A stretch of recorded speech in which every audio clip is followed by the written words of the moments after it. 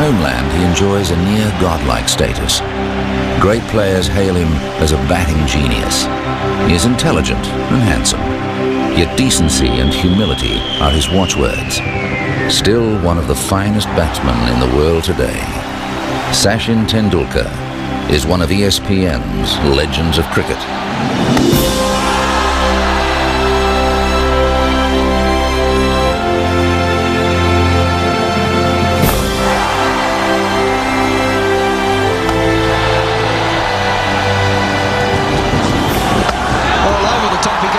This is high in the air, and how far is that going? That's up in the terraces.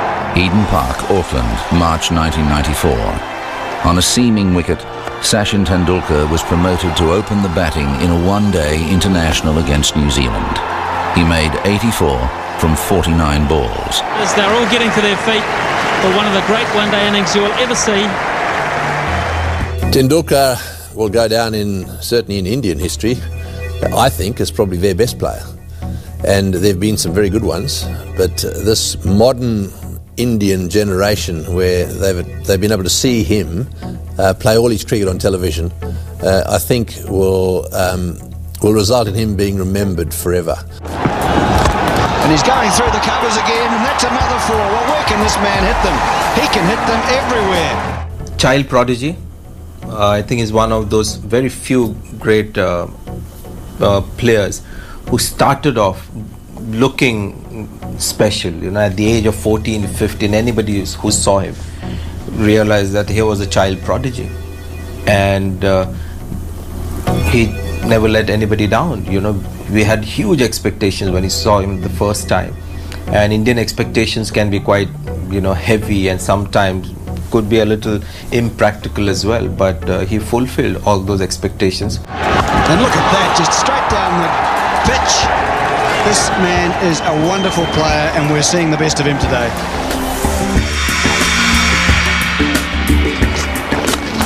Beautiful shot. Oh, awesome. Tendulkar's technique is the benchmark for modern batsmen. Don Bradman believed that he was the closest thing to himself that he'd ever seen. The best way to sum up Tendulkar's technique is to go back to what Sir Donald Bradman said about him. And that is that when Bradman was watching him bat one day and he said to his wife, "Come and have a look at this bloke bats like me." And he was talking about Tendulkar. I think he's the most complete batsman of his age and perhaps of all time, because he scored runs against every kind of bowling, everywhere in the world, every situation, all kinds of pitches, and that's something you can't say about everybody in the world. Oh, hello. What a smashing shot. I think he's the best player in the world today, without a shadow of doubt. A small man you see like Bradman, but his footwork is out of this world. Tremendous, so much time in which to play the ball. And again, as I said about all greats, tremendous balance, and there's a lot to be said for that. Tendulkar is close to being the most perfect batsman one has ever seen. His back left is straight, his balance is unbelievable, he can play off either foot, he can play on either side, and again, that ability that separates the men from the boys, the ability to hit the good ball for boundaries or sixes. Great shot. Absolutely smashed it to the boundary.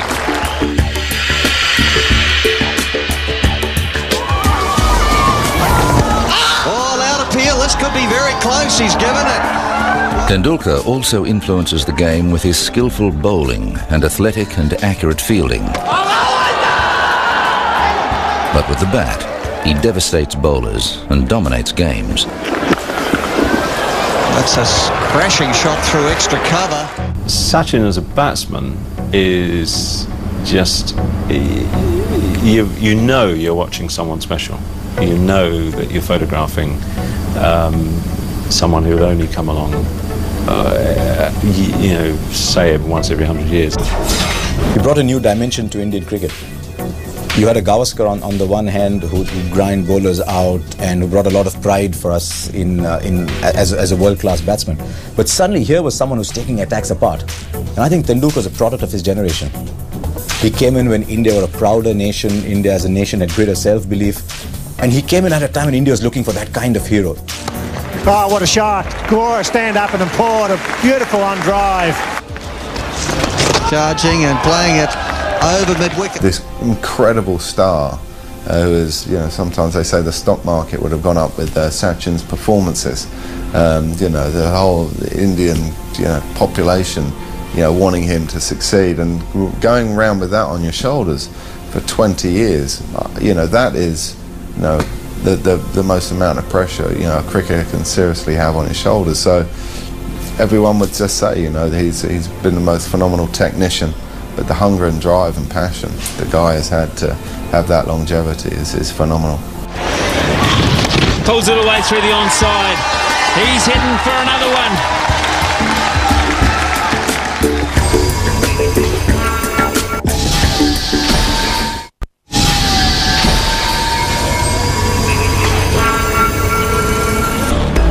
Growing up in the cricket-mad city of Mumbai, the young Sachin Tendulkar was drawn to the game after watching India triumph in the 1983 World Cup. Long back in 1983, I was just 10 years old and I saw India lifting the World Cup. That really inspired me a lot. And I used to bat 5 times a day in the nets. And that really helped me a lot, and I played lots and lots of practice matches which gave me match temperament, because however long you may practice, you need to go out there in the middle and score runs. Tendulkar began his first-class career with a century at just 15 years of age. He went on to become the first batsman to make a century on debut in each of the 3 Indian domestic competitions. One of the things that always struck me about Tendulkar, I played with him in the first 6-7 years of his career, was that whenever he got success, he became more careful about it. You know, he was never arrogant, never casual about his cricket. Tendulkar made his Test debut at the age of 16 years and 205 days.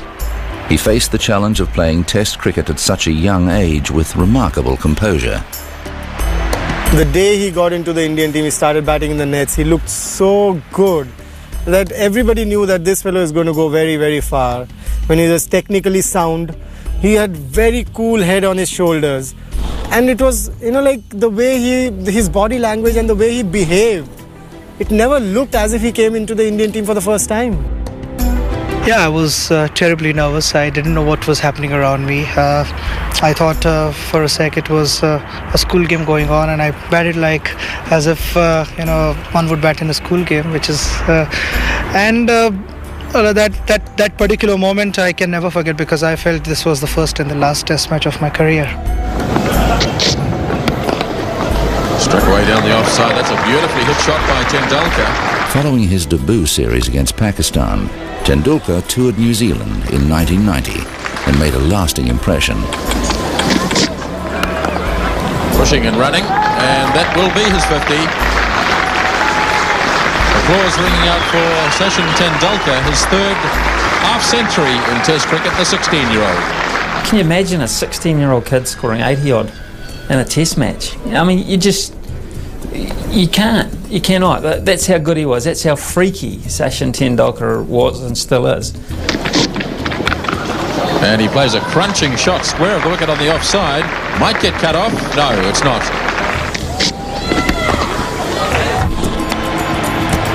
Sachin Tendulkar scored his maiden Test century at Old Trafford in 1990, becoming the 2nd youngest batsman to reach 3 figures in a Test match.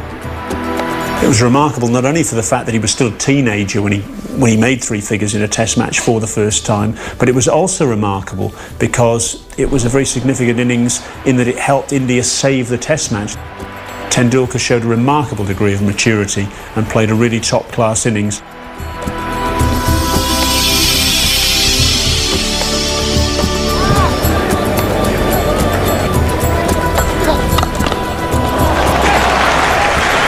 One for the coaching manual. We're seeing this afternoon the emergence of one of the shining stars of the 90s for world cricket. Against Australia the following summer, he made 2 more glorious hundreds. The first was at the SCG. Yes, here it comes. It's great running. Well played. Sachin Tendulkar. His first 100 at the Sydney Cricket Ground. A magnificent knock in good time. His first Test 100 in Australia came at the Sydney Cricket Ground in the first week of 1992, and I'll never forget it because it was one of those hundreds where you realise you were watching someone special. And it was the youngest. He was the youngest player to score a Test century in Australia, and he did it with a style that everyone who was there knew they were watching something special, and they were very lucky to be there. To me, his defining shot was always when he stood up on the back foot and punched through cover. But when he hit the straight drive between mid-on, even sometimes just wide of behind the bowler and just wide of mid-on, that's when you realise how big that bat looked. I think anyone who can present that size of bat to the bowler had to be technically just an outstanding player. Tendulkar's second century of the series was in Perth, on the fast and bouncy pitch at the Wacker. The Australian tour actually confirmed the fact that this man was destined for greatness, and it was a tour that India failed miserably, and so did most of its batsmen. Tendulkar looked different, and he was just 17 years old, in his second year of international cricket. So the difference between him and the rest was clearly evident. And that innings at Perth, one of the bounciest pitches on that tour, and it's been one of the fastest. What was striking about the innings was how comfortably he got 100 in the first innings. And everybody who watched him got excited. I remember attending a couple of dinners in Australia, and people like Bill Lawry, Richie Beno couldn't stop, gushing over the talent of Sachin Tendulkar. So it was sealed, signed and delivered that here's the next Indian batting great. I think the knock I played in Australia on Perth, it was a 5th Test match, and I got 114. I think still that's the best innings I've played. One of the first Indian batsmen who went out there and attacked fast bowlers and had some of the shots that a lot of Indian batsmen wouldn't have, the pull shots and the high bounce back foot drive and all that. So he was just somebody who looked like he was God's gift to cricket.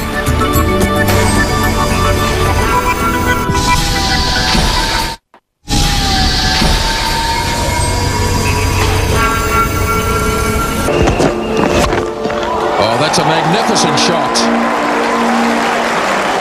By 1996, Tendulkar had overtaken Mohammad Azharuddin as the leading scorer in one-day internationals, in 62 fewer innings than Azharuddin. He's been the one batsman that has dominated this sort of era, and I think he may go on to dominate eras to come as well, depending on how long he can play for. He's been superb. He's dominated one-day cricket especially. There we go, and he's hit it straight down the ground for 4. He's rewritten the history books. He's done absolutely brilliantly all over the world, and you just have to look at him, and he's clearly one of the all-time legends. And this is 50. Good knock by young Tendulkar. I've never seen Sachin sort of struggle against any particular kind of bowlers apart from Ashley Giles for some reasons, or Ray Price. And yeah, that's really his greatness, that he's perhaps the most wholesome batsman of his age. Lara and Tendulkar are the two greats of their era, but Lara has had ups and downs, which Sachin never has. Gone. Outstanding shot from Tendulkar.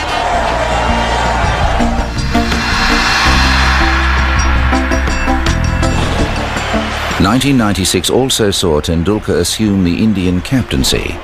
He began with an emphatic home series victory against Australia. But by 1998, India was struggling, and Tendulkar's form had tapered off. It seemed as though the burden of captaincy was weighing heavily on him. There's a saying in India that God gives you everything and keeps something himself. Now, to judge a captain, I believe you've got to be in the side. You've got to be around the squad, you've got to be in the side to make a judgment on someone as a captain, because there's so many elements involved in the final outcome of the game. But I thought he was too stressed as a captain. I spoke to him around that time as well, and I could sense he was very stressed in that role, and it's just started at some point to take a toll on his batting. So maybe he was just destined to be a great batsman and not be among the all-time great captains, but if you're destined to be as good a batsman as he is, then everything else pales anyway. Relieved of the captaincy, Tendulkar again found form. But Between March 1998 and July 1999, he made 10 one-day centuries and 5 test match centuries. Tendulkar himself nominates consecutive innings against Australia in Sharjah in 1998 as his finest one-day performances. I think the one at Sharjah, 143 against Australia, that was a tremendous knock. I mean, a game before that he scored 134. The finals he scored 143 and brought victories for India in both those games. And let me tell you, single-handed wins those were. Sharjah wicket wasn't very easy to bat on, and the Australians scored heavily against India. And this little champion goes in and scores those hundreds. The hundreds, that two big ones that gave India the victory. I think I would rate those 2 innings as his best in one-day internationals. Azharuddin was sacked as captain after India's poor performances in the 1999 World Cup, and Tendulkar again took over. Again he began well, but India was overwhelmed by Steve Waugh's Australians. After losing another 2 tests against South Africa, Tendulkar again relinquished the captaincy. I don't think captaincy comes naturally to Tendulkar. I don't think he's a leader of men. He's always been this, young kid, tremendously talented, who should be playing for somebody else. Somebody else takes care of everything, and you just go out there and bat for us and get us those 350, 400 runs. At home against Australia in 1998, Tendulkar faced Shane Warne on a turning wicket and made 155 not out. One of the things I found remarkable about Tendulkar is that you can't define him by one stroke. That Lara has a couple of strokes, Ponting has his pull, and then a lot of players have a signature strokes. Tendulkar doesn't have a signature strokes because he plays all the strokes almost equally beautifully. Of course, my favorite stroke would be the back foot cover drive that he plays, on his toes and hit the ball on the up. That's a rare talent. In early 1999, India and Pakistan played a test series on Indian soil for the first time in 12 years. After being dismissed for naught in the first innings, Tendulkar was at the crease as India crashed to 5 for 82, chasing 271 to win. He went on to make one of the great test match centuries. Tendulkar is just, you're watching him bat, everything is right. I can't think I've ever seen him play a duff shot. You see batsmen get it wrong every so often. Maybe they just don't read the conditions, but with Tendulkar, he just gets it right every time. It's like he's read the script.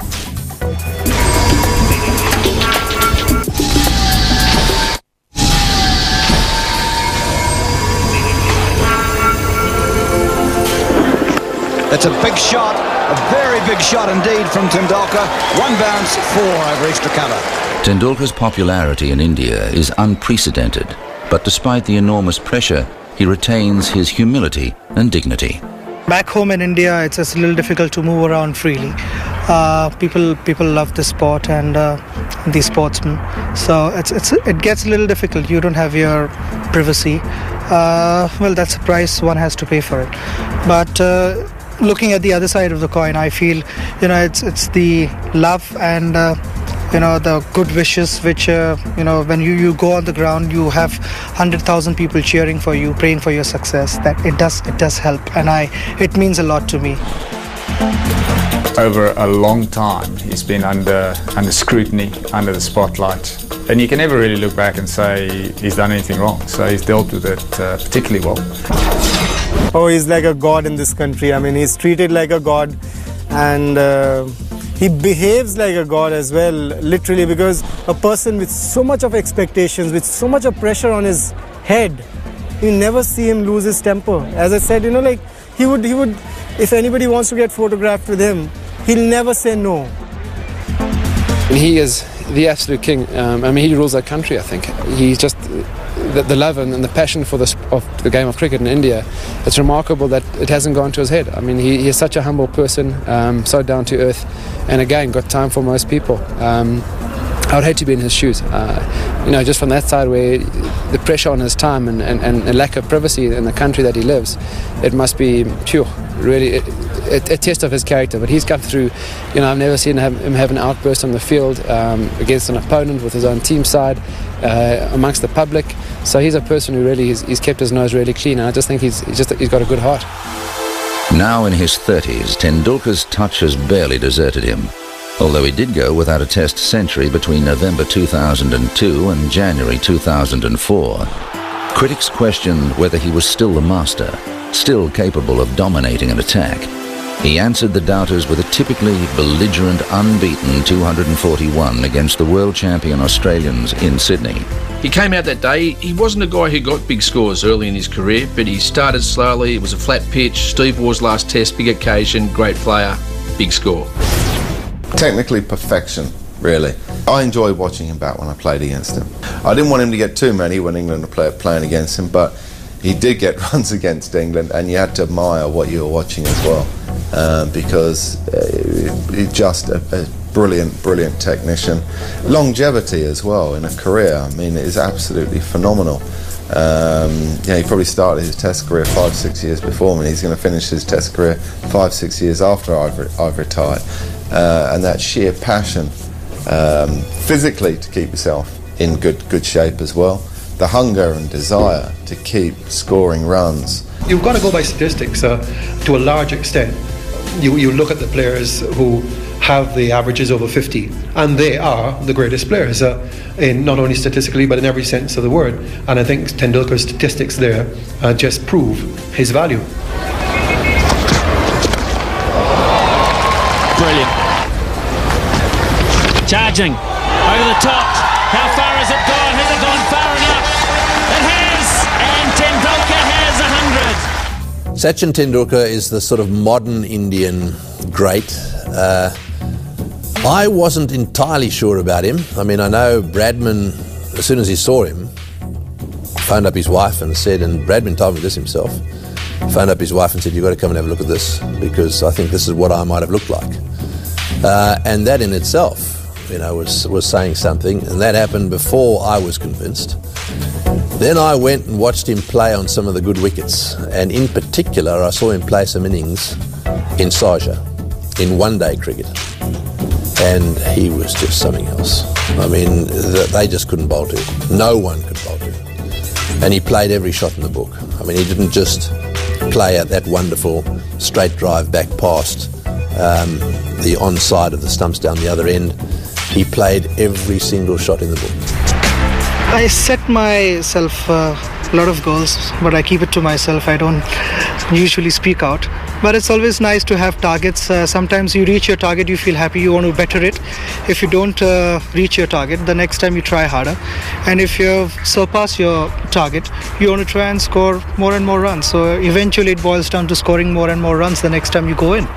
I think there is always scope for improvement, and one is never satisfied with what you've achieved in life. You want to try and get more out of it, and that's the same case with me. I mean, I want to try and score as many runs as possible, and try and be as solid as possible and play good cricket. Tendulkar, tremendous cricket, wonderful cricket. I would come out on my bed any time to watch him. He's great. I mean, you just look at his record. You know, he loves playing. He loves the game. And he knows what he represents. He knows he represents his people really well, and his team, and the game of itself. By general consensus, he is still one of the best batsmen in the game today, and is amongst the top 4 specialist bats of all time. He remains cricket's most popular player, particularly on the subcontinent. We celebrate him amongst ESPN's legends of cricket.